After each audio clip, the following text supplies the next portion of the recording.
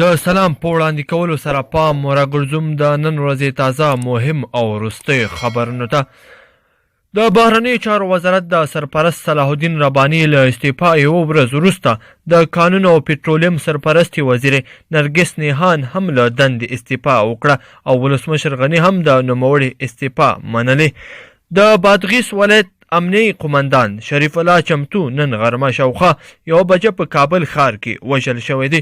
د کورنیو چارو وزارت ویان نصرت رحیمي ویلي چې چمتو څو ورځې وړاندې کابل ته په رخصتي راغلی و او نن د کابل ښار د 5مې امنیتي حوزې اړوند د غزني په اډه کې تړل شوی دی. وسلوالو طالبانو د دې پیښې پړه پر غاړه اخیستې ده.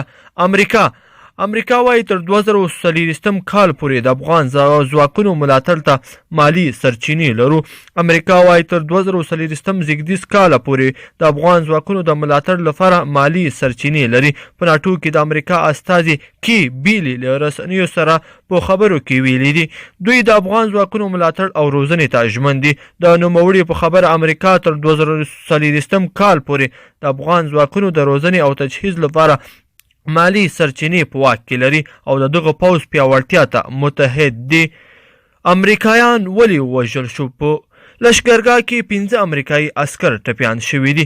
په لشکرګاه کې طالبانو په یو راکټي برید کې 3 ملکیان او 15 امریکایي عسکر ټپیان شوي دي. نیویارک ټایمز د امریکایي چارواکو له قوله لیکلي چې دغه راکټ د امریکایي ځواکونو له یوې قرارګاه سره لګېدلی دی چې د 3 ملکیانو تر څنګ یې 15 امریکایي عسکر هم ټپیان کړي. وسلوالو طالبانو په دې اړه تر اوسه پورې څه نه دي ویلي. وروستی خبر هم د سپورټ له نړۍ څخه. د ټریکر ویبپاڼې لیکلي چې که راتلونکي کې حضرت الله زازي په ګډون د ګوتو په شمار کرکټ لوبغاړي ښې شلاوریزې لوبې ولوبوي، بابر اعظم د شلاوریزو لوبو په درجه بندۍ کې له لومړي مقام څخه راغورځولی شي. حضرت الله زازي چې اوس 21 کاله عمر لري د افغانستان د پکتیا ولایت د زازیو له سیمې څخه دی. ګرانو کتونکو کومه ویډیو خوښه شوې وي در سره لایک کړئ او نورو دوستانو سره هم شریک کړئ.